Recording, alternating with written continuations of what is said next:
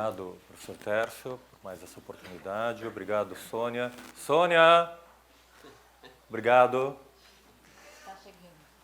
pelo carinho, pela gentileza.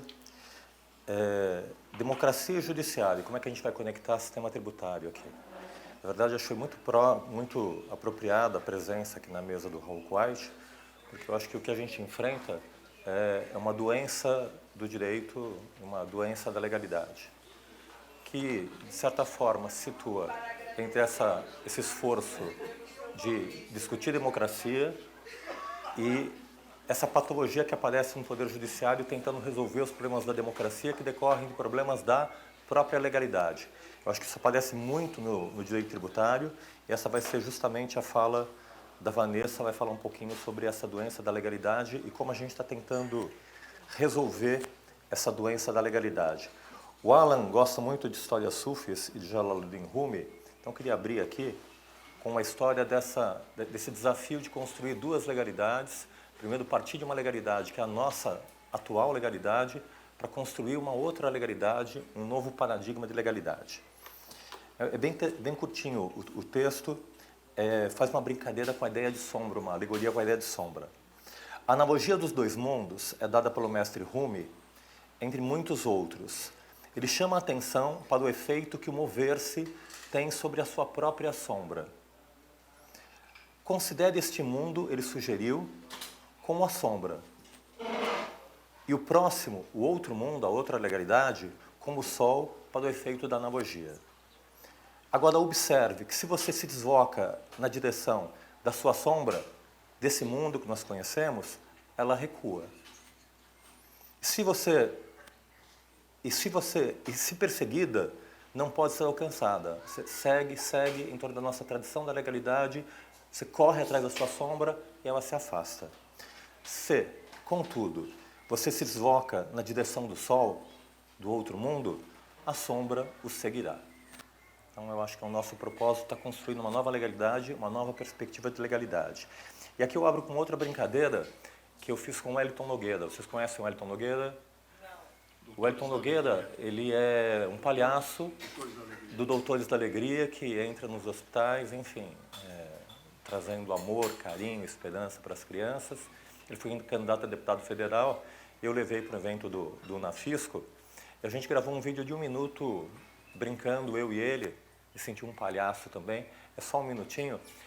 A fala foi assim, ele dizia, meu nome é Wellington Nogueira, eu sou empreendedor social e sou um palhaço, e eu estou aqui com o... Aí eu me apresentava, eu falava, eu sou Eurico De Santis, sou professor de Direito Tributário da Fundação Getúlio Vargas. Ele disse, vocês devem estar imaginando o que faz um palhaço com um tributarista. Eu falei, Wellington, você sabe qual que é a profissão mais antiga do mundo? Ele, são as... Eu falei, não. São os cobradores de impostos. As moças vieram depois. Depois que o Estado se organizou, porque era necessário custear o Estado. E para isso eram necessários os tributos. E aí que veio o escambo, veio a moeda, porque antes todo mundo andava nu e tudo era liberado. Foi com o Estado que surgiu essa nova profissão. Ele dizia, Eurico, então isso é muito antigo, não é? Eu falei, pois é, Wellington, muito antigo e muito agressivo. Porque, enfim, usando o poder e usando instrumentos de força, eu expropriava o patrimônio das pessoas, sem regras específicas. Ele disse, então, Eurico, está na hora de mudar e fazer uma reforma tributária. Eu falei, pois é, Wellington, com legalidade, que é o nosso desafio de criar um novo paradigma de legalidade, e com amor. Então, o nosso trabalho aqui é fazer uma reforma tributária com legalidade e com amor. E a melhor notícia de todas é que a gente está conseguindo fazer isso. A gente está trabalhando há 4 anos, eu venho apresentando 4 anos esse projeto. A gente já tem uma PEC, uma proposta de emenda constitucional que está no Congresso Nacional, com apoio dos sindicatos, agentes fiscais, municipais, federais e estaduais. Eu fui chamado em Brasília essa semana pelo professor Marco Sintra, que vai assumir a Secretaria que vai cuidar da Receita Federal e da Previdência, as duas principais reformas. Enfim, ele está ouvindo vários especialistas e ouviu a nossa proposta. A nossa proposta já virou uma PEC, a PEC número 7. Nós temos a legislação pronta e nós invertemos essa legalidade. No lugar de... E o Nelson, que foi que propôs isso, a gente montou toda a estrutura legal para escrever a PEC e a lei complementar a partir de princípios. São 5 princípios. Primeiro, simplicidade para o contribuinte. Segundo, transparência para quem paga efetivamente a carga tributária. E o Nelson vai falar sobre isso, da importância da alíquota única e do critério de destino. Neutralidade para que não importa seja pessoa física, não importa se seja pessoa jurídica, microempresa, SA, limitada. Se eu faço a mesma atividade econômica, eu pago a mesma carga tributária. Isso tem a ver com o quarto princípio, que é a isonomia e a igualdade, que se espera sempre do direito. E o último princípio é um sistema voltado para arrecadação, não está voltado para estar favorecendo as pessoas. Na verdade, é uma proposta de reforma tributária que envolve, de certa forma, uma reforma política e que, por isso, se converge muito com a proposta liberal do Guedes, porque, na verdade, a gente está focando aqui especificamente nesse momento na ideia da tributação sobre o consumo, que é a principal trava para o desenvolvimento nacional. Nós temos um IPI da década de 50, Imposto sobre Produtos Industrializados, que incide sobre a indústria. Temos um PIS/COFINS, que é um horror, que também é federal, que incide sobre a mesma base, de certa forma, a indústria e a produção. Temos um ICMS de 27 estados, 27 legislações, hipercomplexo, só causou guerras cais e problemas. E temos o ISS, que é o Imposto sobre Serviços, que eu tenho em cada município eu tenho 5.760 ISS com 200 itens na lista, que causam um tremendo problema legal. Tenho mais de 1 milhão de páginas de legislação, não é, Van? Como é que a gente vai mudar tudo isso? Na verdade, na nossa proposta, a gente revoga todos esses impostos, cria um imposto único, que não é o sobre movimentação financeira, mas o imposto único sobre o consumo, que empodera o cidadão consumidor e acaba com todos os benefícios fiscais. Ou seja, esse debate não é mais empresarial. As empresas vão pagar 0 de carga tributária, elas simplesmente vão transladar o custo para o consumidor. E aqui vem uma das partes engenhosas do projeto, que é justamente como enfrentar o dilema federativo.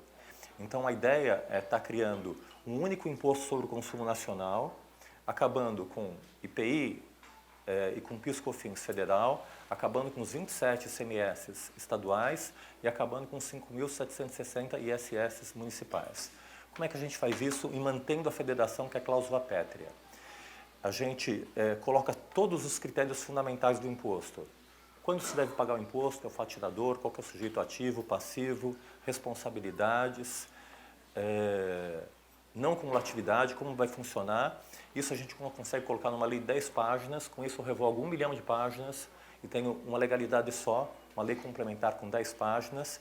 E essa lei delega, ela coloca alíquotas referenciais, colocando por fora, com cálculos do Bernardo Api, a gente teria uma alíquota, que é a alíquota real de hoje, em torno de 25%, sendo cobrada por fora de forma transparente do consumidor.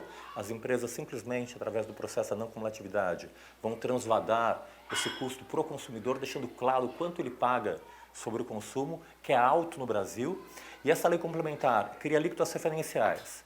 Ao todo é 25%. Com 2%, eu arrecado tudo que arrecadam os municípios com ISS. Com 14%, eu arrecado tudo que arrecada os estados, 27 estados, com ICMS. E com 9%, eu arrecado tudo que arrecada a União com PIS/COFINS e IPI. Então, com essa proposta, eu crio uma lei complementar que cria essas alíquotas referenciais, e aí vem a engenharia para enfrentar a questão do pacto federativo. Eu delego para a lei ordinária, federal, estadual e municipal, modificar essa alíquota.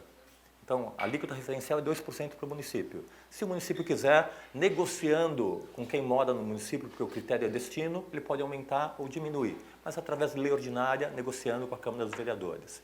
Se o Estado quiser, ele pode aumentar ou diminuir a alíquota de 14%, negociando com a Assembleia Legislativa, ou seja, fazendo valer a legalidade. E, se a União quiser, ela pode aumentar ou diminuir a sua alíquota, até para fazer políticas de desenvolvimento regional, aumentando a sua alíquota, mas negociando através de lei ordinária, através das pessoas que pagam esse imposto.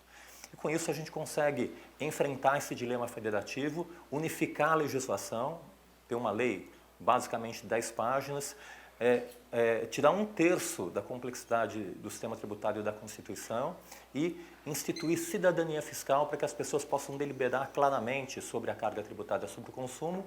E a partir desse debate informado, eu vou começar a discutir tributação sobre a folha, tributação sobre a renda e crio um tremendo impacto no ambiente de negócios no Brasil.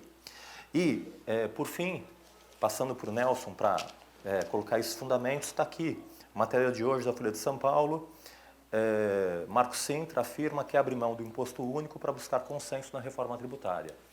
O Marcos já tinha me falado isso antes, há 2 semanas atrás eu sentei com ele e falei, academicamente, eu sempre defendi e defendo a ideia do imposto único, mas agora que eu tenho essa oportunidade de estar servindo o meu país numa posição tão importante como essa, eu percebo que é importante fazer concessões, então ele está abrindo esse diálogo, está conversando com o Raul, está conversando conosco para pensar várias propostas, mas basicamente o que ele está sinalizando, o que a mídia está sinalizando, o que ele está falando aqui nessa entrevista do jornal, é basicamente considerar a criação de um IVA, um imposto como esse, um imposto único sobre bens e serviços que empodera o cidadão, e instituir uma pequena contribuição previdenciária sobre movimentação financeira, pequena para testar, algo abaixo de 0,5%, para substituir a tributação sobre a folha, para criar um grande impacto nas relações de trabalho.